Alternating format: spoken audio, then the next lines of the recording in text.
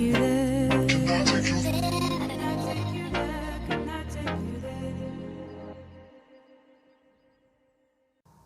Hai teman-teman, perkenalkan namaku Happy Ria Cesia. Di sini aku akan menjelaskan sedikit materi dari mata kuliah Bisnis Internasional, yaitu Manajemen Sumber Daya Manusia Internasional. Yuk kita bahas. Jadi teman-teman tahu nggak sih apa itu manajemen sumber daya manusia? Jadi manajemen sumber daya manusia itu adalah sekumpulan aktivitas yang dilakukan untuk menarik, mengembangkan, dan mempertahankan tenaga kerja efektif yang diperlukan untuk mencapai tujuan perusahaan, teman-teman. Jadi, manajemen sumber daya manusia ini meliputi merekrut dan menyeleksi baik manajer maupun non-manajer, serta memberikan program pelatihan dan pengembangan, menilai kerja, dan memberikan kompensasi dan tunjangan. Serta manajemen sumber daya manusia ini baik dari perusahaan domestik maupun internasional harus mengembangkan prosedur dan kebijakan yang diperlukan untuk menyelesaikan tugas-tugas yang diberikan nih teman-teman. Tetapi manajer sumber daya manusia internasional ini menghadapi tantangan yang berbeda dari manajer sumber daya manusia domestik, terutama adanya perbedaan budaya, tingkat perkembangan ekonomi, dan sistem hukum dari negara-negara tempat perusahaan beroperasi, serta membuat perusahaan harus menyesuaikan program perekrutan, pemutusan hubungan kerja, pelatihan, dan kompensasi di setiap negara. Lalu, bidang manajemen sumber daya manusia global ini dikarakteristikan oleh 3 pendekatan. Yang pertama, ada manajemen sumber daya manusia global menekankan lintas budaya atau cross-cultural management, yaitu melihat perilaku manusia dalam organisasi dari perspektif internasional. Yang kedua, ada dikembangkan dari hubungan industrial, komparatif, dan literatur manajemen sumber daya manusia dan berusaha untuk menggambarkan, membandingkan, dan menganalisis sistem sumber daya manusia di beberapa negara. Dan yang terakhir ada berusaha untuk memberikan fokus pada aspek manajemen sumber daya manusia di perusahaan-perusahaan multinasional. Setelah itu, terdapat beberapa faktor yang mempengaruhi perbedaan antara manajemen sumber daya manusia internasional dengan level domestik, teman-teman. Yang pertama, perbedaan pasar tenaga kerja, di mana setiap negara pasti memiliki pasar tenaga kerja yang dapat berbeda satu dengan yang lainnya. Yang kedua, ada gaya dan praktek manajemen, yaitu sikap terhadap gaya manajemen yang berbeda, beragam dari satu negara ke negara lainnya. Yang ketiga, ada orientasi nasional, yaitu meskipun tujuan perusahaan adalah hal-hal tentang global, tetapi tenaga serta manajemen mungkin lebih memperhatikan kepentingan nasionalnya. Yang terakhir nih ada kontrol, yaitu jarak dan keragaman membuat lebih sulit mengontrol operasi luar negeri daripada operasi domestik, dan kebijakan personalnya ini seringkali digunakan untuk memperoleh kontrol atas operasi di luar negeri. Dalam pembahasan materi mengenai manajemen sumber daya manusia internasional ini sebenarnya sangat luas teman-teman, tetapi aku tidak bisa menjelaskannya secara rinci. Teman-teman tenang aja, kita kali ini akan membahas 3 main topik. Yang pertama ada labor productivity atau produktivitas tenaga kerja, yang kedua ada teknologi, yang ketiga ada labor unions atau serikat buruh. Yuk kita masuk ke main topiknya. Kita bahas yang pertama ya, yaitu produktivitas tenaga kerja. Produktivitas tenaga kerja adalah masalah penting bagi MNC. Hal ini menentukan pada tingkat yang signifikan, 3 daya saing yang diharapkan dapat dicapai oleh perusahaan di pasar lokal dan internasional. Produktivitas tenaga kerja sangat bervariasi di beberapa negara, tetapi perbedaan ini tidak hanya karena kualitas tenaga kerja. Terdapat beberapa faktor yang penting untuk meningkatkan produktivitas tenaga kerja, teman-teman. Yang pertama ada peran aktif pemerintah, di mana sikap laissez-faire ini cenderung menjaga produktivitas pada tingkat saat ini daripada meningkatkannya. Yang kedua ada kualitas dan keterampilan kerja, yaitu tenaga kerja harus terus ditingkatkan melalui pelatihan dalam metode dan teknologi baru. Yang ketiga ada penelitian dan pengembangan, di mana tingkat research and development yang tinggi diperlukan untuk tetap mengikuti dan lebih disukai di depan persaingan. Yang keempat ada tabungan bisnis dan investasi, yaitu sumber modal utama.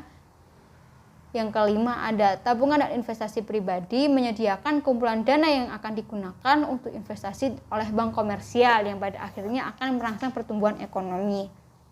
Yang keenam ada pengembangan dan substitusi sumber daya alam. Jelasnya ada batasan jumlah sumber daya alami yang dapat dimanfaatkan. Dengan demikian, sumber-sumber baru harus dikembangkan untuk memenuhi kebutuhan bisnis. Yang ketujuh, ada teknik dan sistem produksi, yaitu harus terus diperbarui karena tingkat penuaan yang tinggi.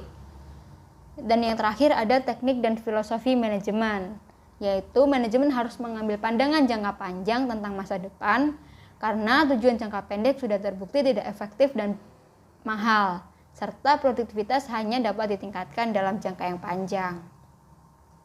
Materi yang kedua ada teknologi. Teknologi merupakan salah satu hal penting untuk menjadi masalah utama bagi perusahaan multinasional yang sedang mencari lokasi di luar negeri untuk pabrik mereka.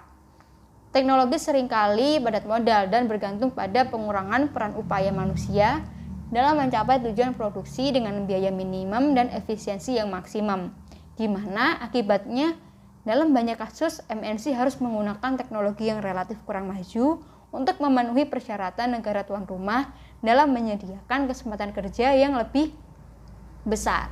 Oleh karena itu, sejumlah produktivitas dan efisiensi harus dikorbankan untuk masuk ke pasar baru. Terakhir nih teman-teman, ada serikat pekerja, yaitu di mana serikat pekerja ini mewakili semua pekerja secara kolektif pada saat bernegosiasi dengan manajemen untuk kompensasi dan kondisi kerja dan menandatangani perjanjian ke dalam kontrak kerja. Kontrak kerja tersebut ini biasanya membahas mengenai masalah-masalah seperti gaji, tunjangan tambahan, liburan, kebijakan promosi, kebijakan PHK, ketentuan keamanan kerja, ketentuan mengenai kondisi dan keselamatan kerja, dan lain sebagainya teman-teman. Contohnya serikat buruh di negara Amerika Serikat, di mana hubungan antara buruh dengan serikat pekerja ini relatif bersifat non-politik, dalam artian bahwa pemerintah ini bukan bagian dari proses perundingan kontrak tersebut teman-teman, tetapi undang-undang memang menetapkan dan menegakkan aturan mengenai kerangka kerja perundingan bersama. Kontrak kerja dapat diberlakukan melalui pengadilan dan kedua belah pihak dapat dituntut atas pelanggaran setiap kontraknya. Sebagian besar perundingan bersama ini terjadi di tingkat perusahaan atau pabrik, yaitu berdasarkan perusahaan per perusahaan. Beberapa pengecualian antara lain yaitu industri angkutan truk dan konstruksi yang memiliki regional dan industri baja yang memiliki kontrak nasional.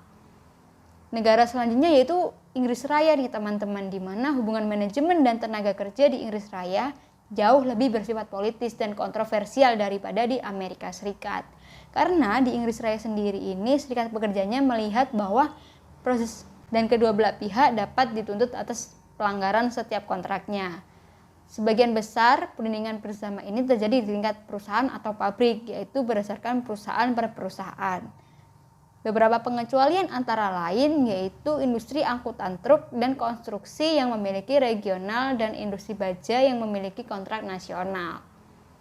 Negara selanjutnya yaitu Inggris Raya nih teman-teman, di mana hubungan manajemen dan tenaga kerja di Inggris Raya jauh lebih bersifat politis dan kontroversial daripada di Amerika Serikat.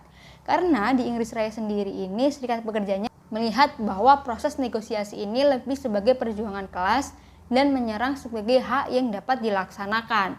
Serikat pekerja di sana dipandu oleh prinsip kesukarelaan yang menyatakan bahwa pekerja sendiri yang mendefinisikan dan mengajar kepentingan pribadi mereka yang membuat mereka militan dan kasar dengan otoritas, dan tidak terlalu memperhatikan kesejahteraan perusahaan.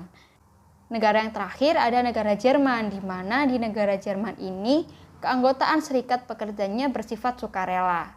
Biasanya hanya ada satu pekerja untuk semua pekerja dalam satu industri. Selanjutnya ada perjanjian labor yang hanya mencakup masalah-masalah besar seperti upah. Seperti masalah lainnya, yaitu liburan dan shift dan lain sebagainya, hanya dapat dinegosiasikan di tingkat pabrik. Nah, gimana nih teman-teman? Aku harap kalian paham ya sama materinya. Untuk kesalahan materi atau kesalahan pengucapan, aku minta maaf sebelumnya karena di sini kita masih sama-sama belajar. Sampai bertemu di lain kesempatan teman-teman. Dadah.